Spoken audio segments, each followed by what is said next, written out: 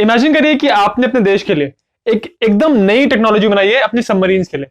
यानी आपकी सबमरीन अब ऐसी हो गई है कि उसमें आपकी वो टेक्नोलॉजी जब काम करती है तो उस सबमरीन को कोई भी और सबमरीन वहां पानी के अंदर ढूंढ नहीं सकती। ऐसी सबमरीन को जब आपने पहली बार पानी पे लॉन्च किया तो आपने अपने सबसे जो होनहार आपका कमांडर था, आपने उसको उस सबमरीन का कमांडर बना दिया और बोला कि जाओ किसी को पानी पे लेके जाओ और टेस्ट करो। बट अगर वही कमांडर आपकी सबमरीन को लेके आपके दुश्मन के पास चले जाए तो तब आप क्या करेंगे? कुछ ऐसी कहानी पे एक बहुत ही फेमस मूवी आधारित है जिसका नाम है द हंट फॉर रेड अक्टूबर। कहानी शुरू होती है एक रशियन सबमरीन कमांडर से जिसका नाम है मार्को रेमियस। ये एक बहुत ही प्रतिभाशाली और बहुत ही अनुभवी सबमरीन कमांडर है और इसने बहुत सारे कमांडर्स को ट्रेन भी किया है। अब समय चल रहा है रशिया और अमेरिका के बीच कोल्ड वॉर का। अब इसी कोल्ड वॉर के दौरान रशिया ने एक नई सबमरीन बनाई। इस सबमरीन का नाम था रेड अक्टूबर। इस सबमरीन की खास बात क्या है?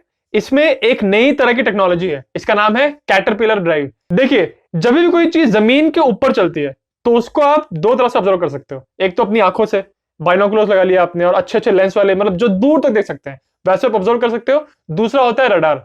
बट पानी के अंदर आप आंखों से किसी चीज को बहुत दूर तक देख नहीं सकते हो। इस वजह से पानी के अंदर जो सबमरीन चलती हैं उनको सिर्फ आप एक तरीके से देख सकते हो और वो है सोनार। ये एक ऐसी टेक्नोलॉजी होती है जिससे आपके सबमरीन से साउंड की तरंगें निकलती हैं और आगे जाके जब किसी सबमरीन से टकराती हैं तो वहां से टकरा के वापस आपके पास आती हैं। तो इससे आपको पता चल जाता है कि आपकी साउंड वेव जहां से टकरा के वापस आ रही है उस जगह पे कुछ तो ऑब्जेक्ट है और इस तरह से आप पता लगा लेते हो कि उतने डिस्टेंस पे कोई सबमरीन है, कोई मेटालिक ऑब्जेक्ट है। रशियंस ने अपनी सबमरीन रेड अक्टूबर में एक ऐसी टेक्नोलॉजी लगा दी थी जिसकी वजह से वो जब सबमरीन चलती थी पानी के अंदर तो उसको डिटेक्ट करना बिल्कुल इंपॉसिबल था और इस वजह से कोई भी आसपास की सबमरीन ये कह नहीं सकती कि एक दूसरी सबमरीन उनके पास में है। तो आप समझ सकते हैं कि कितने बड़े खतरे की बात है।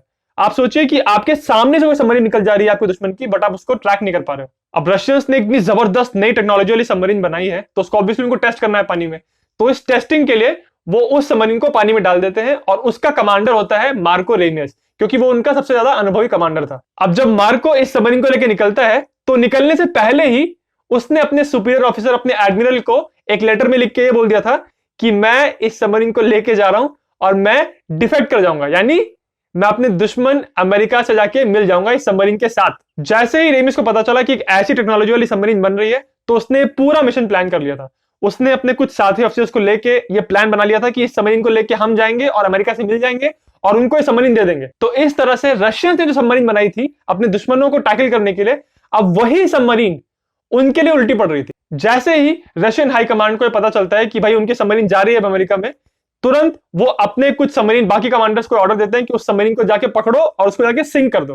बट प्रॉब्लम वही है, उस सबमरीन को कोई डिटेक्ट ही नहीं कर सकता, ना वो अमेरिकन डिटेक्ट कर सकते हैं और ना इनकी अपनी सबमरीन उस सबमरीन को डिटेक्ट कर सकती है। तो अब उसको पकड़ेंगे कैसे? तो रेड अक्टूबर सबमरीन पानी में जा रही है, जा रही है, जा रही है। जब वो बहुत दूर चली जाती है तो वहां आगे एक अमेरिकन सबमरीन होती है जिसका नाम था यूएसएस डैलस। अब उसके अंदर जो ऑफिसर्स थे वो डिटेक्ट कर लेते हैं कि यार आगे से कुछ आवाज सी आ तो रही है बट वो नॉर्मल सबमरीन की तरह नहीं है। तो पहले उनको लगता है कि कोई पानी की कोई मछली होगी, वेल होगी, उसकी आवाज है। बट उसके अंदर एक आदमी होता है, वो सोच लेता है कि नहीं यार ये कोई नई टाइप की टेक्नोलॉजी है और ये एक सबमरीन है, और वो सही गैस कर लेते हैं कि यहाँ पे एक्चुअली एक न्यूक्लियर सबमरीन है। अब अगर आप देखोगे कि आपके दुश्मन की सबमरीन आपके इतने नजदीक आ चुकी है और उसमें कोई आवाज नहीं हो रही है, उसका आप डिटेक्ट नहीं कर पा रहे हो और वो न्यूक्लियर सबमरीन है, तो ऑब्वियसली आपका यही सोच होगा कि ये आपके ऊपर अटैक करने आ रहे हैं। तो ये डैलस वाले जो सबमरीन के लोग थे वो घबरा जाते हैं कि यार ये अटैक करने तो नहीं आ रही है। बट वहीं दूसरी तरफ अमेरिका का सीआईए का एक एजेंट था जिसका नाम था जैक रायन। वो इस बात को तिकड़म लगा के मतलब फिगर आउट कर लेता है कि ये रेमिस जो सबमरीन लेके आ रहा है ये हम पे हमला करने नहीं आ रहा है, ये डिफेक्ट करने के लिए आ रहा है। डिफेक्ट मतलब हमसे मिलने के लिए आ रहा है, हम हमारे साथ जुड़ने के लिए आ रहा है। जैक रायन अपनी ये सोच, अपनी ये थ्योरी अपने सीनियर ऑफिसर्स को बताता है। बट प्रॉब्लम ये थी कि उस पर भरोसा कैसे किया जाए। मान लो कि आपने सोच लिया कि वो आपसे मिलने के लिए आ रहा है बट एक्चुअली हमला करने आ रहा हो, तो इस बात पे भरोसा करना मुश्किल था। और अगर सच में रेमियस डिफेक्ट करने के लिए, हमसे मिलने के लिए यहाँ पे आ रहा है, तो उसके सबमरीन में इतने सारे जो सेलर्स हैं, इतने लोग हैं, उनका क्या करेंगे? इतने सारे लोगों को तो हम देश में रख नहीं सकते। तो उसके लिए भी उनको कुछ समझ नहीं आ रहा था कि अब क्या करें। वहीं दूसरी तरफ रशियंस को टेंशन हो रही थी कि हमारी सबमरीन तो जा रही है हमारे हाथ से। तो वो फटाफट अमेरिकन को कांटेक्ट करते हैं और उनको बोलते हैं कि भाई हमारी एक सबमरीन है, उसका कमांडर मार्को रेमियस वो अपना आपा खो चुका है और वो पागल हो चुका है और हमारी सबमरीन लेके वो आपके पास जा रहा है अटैक करने के लिए।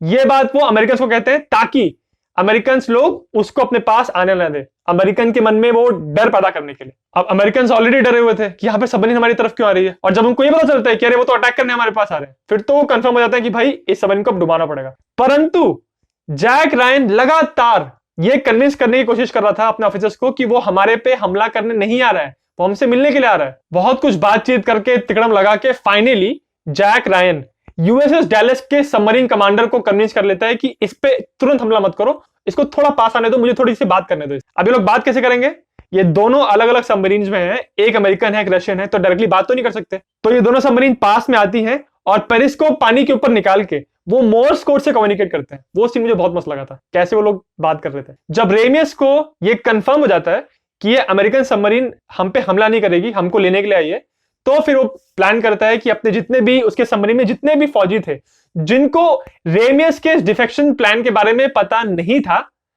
उन सारे फौजियों को अब उसको सबमरीन से उतारना था। बट अब सबमरीन पानी के अंदर है, यहां पे कहां जाके वो लोगों को इतना उतारेगा। तो क्या प्लान करता है, वो सबमरीन के अंदर एक फेक रेडियो एक्टिव लीक का अलर्ट जारी कर देता है। मतलब सबमरीन के अंदर कुछ रेडियो एक्टिव लीक हो गई है और सब लोगों को जान को खतरा है, तो इसको फटाफट सारे लोगों को, वो सबमरीन को पहले तो सरफेस करता है और सारे लोगों को साइड में ले जाके एक वहां पे शिप आई थी उसके ऊपर भेज देता है, और इस तरह से सारे ऐसे लोगों को सबमरीन से बाहर निकाल देता है जिनको इस प्लान के बारे में पता नहीं था, और वापस अपनी सबमरीन को लेके नीचे। उसके बाद रेड अक्टूबर सबमरीन पे आता है जैक रायन और यूएसएस डैलस का सबमरीन कमांडर, और इनमें और रशियन से बातचीत होती है। रेमियस उसको बताता है कि वो सरेंडर करना चाहता है और इस सबमरीन को अमेरिकन के हवाले करना चाहता है। फिर लास्ट में थोड़ी सी फायर फाइट होती है और फाइनली सब कुछ कर करा के रेमियस का मिशन कामयाब हो जाता है, और रेड अक्टूबर और उसकी ये नई सबमरीन की टेक्नोलॉजी के साथ यूएसएस डैलस आ जाती है अमेरिकन तट पे। ये सब होने के बाद भी रशियंस इस बात को कभी एक्सेप्ट नहीं करते हैं कि उनके हाथ से ये नई रेड अक्टूबर सबमरीन निकल चुकी है, और ना ही अमेरिकन कभी भी इस बात को अनाउंस करते हैं कि उनके पास अब ये नई टेक्नोलॉजी वाली सबमरीन है। ये मूवी दरअसल एक बुक पर आधारित है, उस बुक का भी सेम नाम है, द हंट फॉर रेड अक्टूबर। इस बुक को लिखा है टॉम क्लैंसी ने। आपको शायद से नाम पता होगा, टॉम क्लैंसी एक बहुत ही फेमस मिलिट्री नॉवेलिस्ट हैं और ये उनकी पहली नॉवल थी। Tom Clancy as a writer इसलिए भी फेमस हैं क्योंकि वो अपनी बुक्स में मिलिट्री इक्विपमेंट के बारे में, वेपनरी के बारे में, एस्पियोनाज के बारे में बहुत ही टेक्निकली डिटेल्स में लिखते हैं, और ये चीज बहुत कॉमन नहीं है। तो इसीलिए कई बार उनकी बुक्स बहुत कंट्रोवर्सी में पड़ जाती हैं, क्योंकि वो अपनी बुक्स में बहुत सारी सीक्रेट टाइप की इंफॉर्मेशन अपनी बुक्स में दे देते हैं। टॉम क्लैंसी ने मिलिट्री की ऐसी बहुत सारी बुक्स लिखी हैं, उनकी कहानियों पे बहुत सारी मूवीज, शोज, यहां तक कि वीडियो गेम्स भी बने हैं। तो अब इस बारे में बात करते हैं कि क्या ये movie The Hunt for Red October किसी रियल कहानी पर आधारित है। इसका आंसर है यस एंड नो।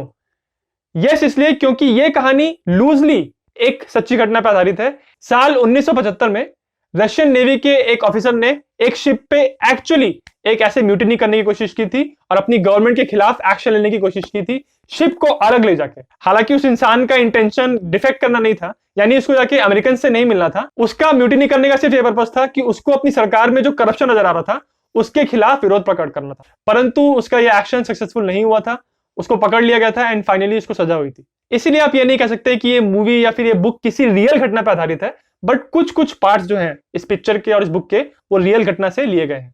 मैं इस मूवी को स्कोर देता हूं 7/10।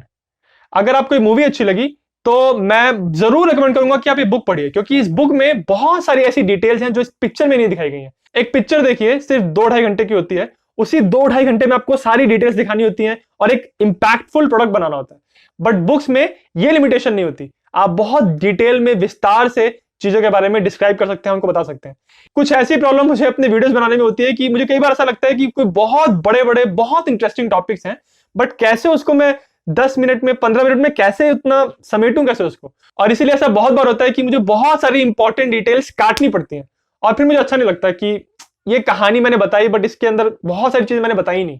द हंट फॉर रेड अक्टूबर जब ये बुक रिलीज हुई थी तो बहुत बहुत पॉपुलर हुई थी, बेस्ट सेलर बनी थी, और यहां तक कि एक फॉर्मर अमेरिकन प्रेसिडेंट ने भी कहा था कि उनको ये बुक बहुत अच्छी लगी। यही बुक थी जिसने टॉम क्लैंसी को एज अ राइटर पूरी तरह से एकदम लॉन्च कर दिया। अगर आप वो बुक पढ़ना चाहते हैं तो उसका लिंक आपको मेरे इस वीडियो के डिस्क्रिप्शन में मिल जाएगा। इस वीडियो का सजेशन मुझे दिया था भाव्यराज गोहिल ने, so thanks man for suggesting this video. और अगर आपको वीडियो अच्छा लगा तो मेरे चैनल जिज्ञासियम को सब्सक्राइब जरूर करें।